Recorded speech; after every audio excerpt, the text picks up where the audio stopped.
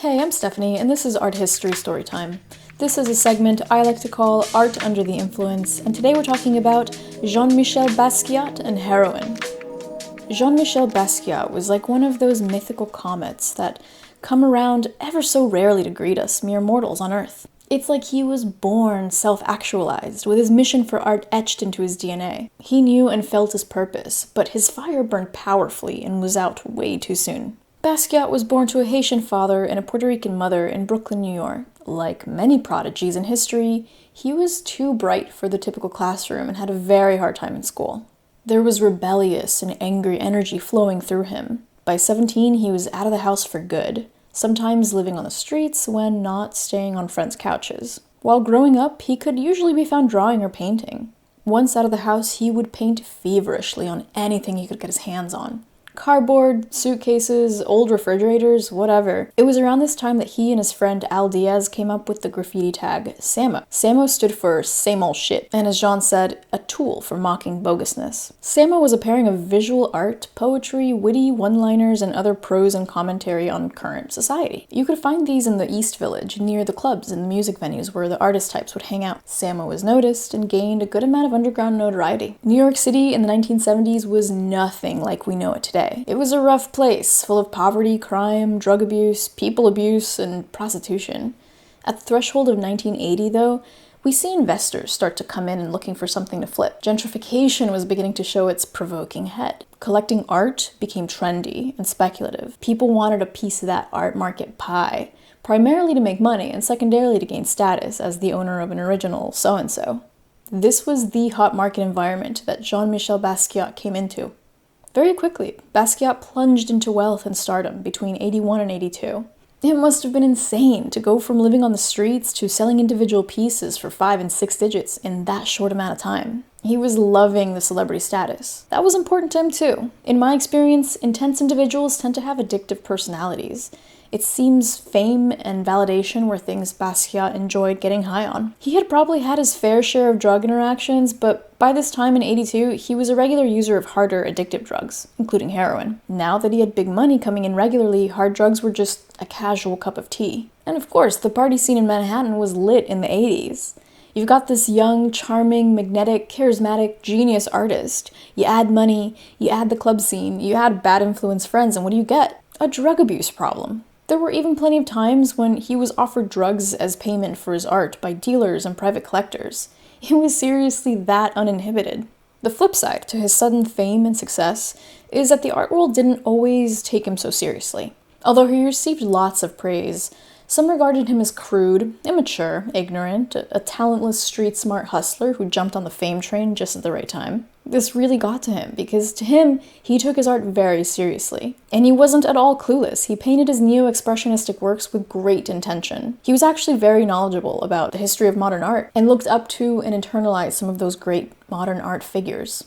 As a kid, his mom would take him to the Museum of Modern Art all the time. He knew the MoMA like the back of his hand. So they were just talking shit. Simply by being a black man in America, he was also a victim of racism, along with ageism. The legendary graffiti and pop artist Keith Haring once said, in regards to Basquiat's crazy spending, that it was a way of sticking your nose up to the people that were looking down on you. Being black and a kid having dreadlocks, he couldn't even get a taxi, but he could spend $10,000 in his pocket.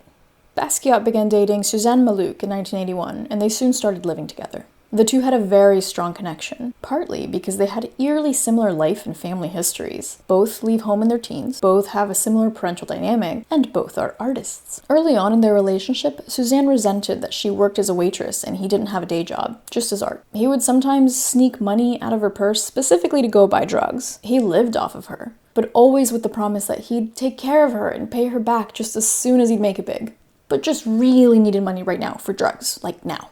When they broke up again in 1985, Basquiat became very reclusive and used his heroin habit as a coping mechanism. He was shooting up now and doing it all the time. Then there's the shining star himself, Andy Warhol. The two developed a wholesomely close friendship. He saw Warhol as a sort of mentor, and Warhol saw new inspiration in the young artist and took on an almost parental role. They collaborated on an exhibition which had mixed reviews, but soon after Basquiat stopped working with him in fear of appearing to be Warhol's little mascot or follower. He didn't at all like that kind of put down. I mean, who would? Suzzane had noted that there were moments when she felt like an awkward third wheel when hanging out with Andy and Jean. The vibe was flirtation and affection, and by the sound of it, it made her pretty uncomfortable. Basquiat once joked to her that he had slept with Warhol, but it's unclear to her if he was truly joking or not. Basquiat was known to be bisexual, and although Warhol was gay, he was asexual. So he was probably just saying it to get a rouse out of her, but who knows? Fun facts lost to history, I guess. Pretty much everyone knew of Basquiat's growing drug problem, but hardly anyone was doing anything about it. Andy, on the other hand, was actively trying to get him to stop. He liked to keep him busy by exercising together,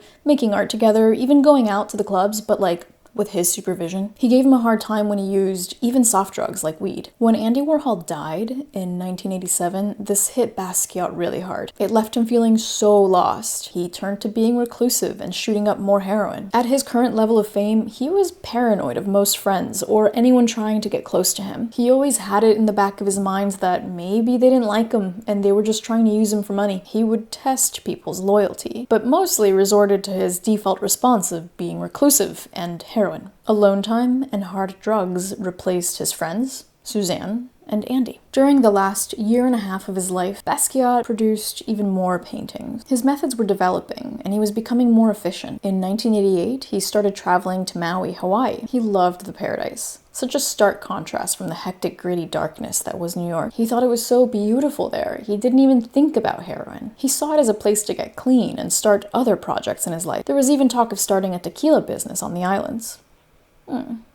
Vincent Gallo, a longtime friend of Basquiat, spent the day with him in early August of '88. He was still doing heroin, but he had the desire to get out of the city and get sober. Basquiat took the trip to Maui, but was back within a week and looked really rough, like he'd been on a bender. Back he went to New York City, to the East Village apartment he rented from the Warhol estate. Anthony Hayden shares his knowledge of Basquiat's last night for an article in Vanity Fair. He said, on August 12th, he did drugs during the day, and then went to a Brian Ferry after-show party at a club with girlfriend Kelly Inman. They didn't stay there long. Basquiat went back to the apartment, and he was nodding off. The friend he was with, Kevin Bray, wrote him a note and read it to him out loud. The note said, "I don't want to sit here and watch you die." And then he just left. What? Did he not tell anyone? He just left. The next day, all the way until 5:30 p.m., his girlfriend goes to the apartment and finds him dead. He died alone of a heroin overdose at the age of 27. It's possible that in the months or weeks leading up to that night, he had decreased his body's tolerance for heroin and then did a bunch of it being back in the city and in the party scene, and it was just too much to handle. By the mid-1980s, Basquiat had alienated art dealers and other players in the art world for his erratic and inconsistent behavior.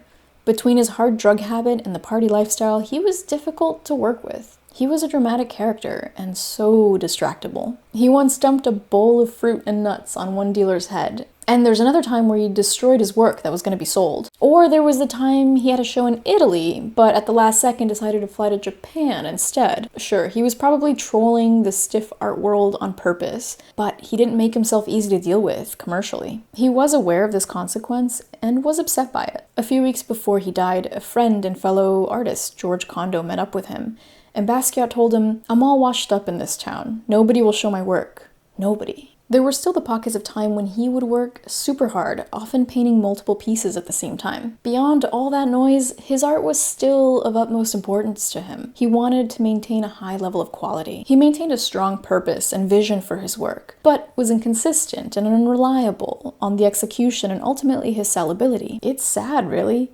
Basquiat could have done so much more and progressed so far had it not been for his drug abuse problem. Fast cash and the burden of fame added to his cause of death. Some friends thought that the art dealers and the market as a whole exploited him, and that he resented being a black man in a world of white art dealers and consumers who got to decide on aspects of his life. In life, he did everything in excess, that even his death was due to excess. Thank you so much for watching. I hope you find these moments and stories in history as interesting as I do. If you enjoyed this video, I'd deeply appreciate it if you'd hit that like button and subscribe for more art-related content.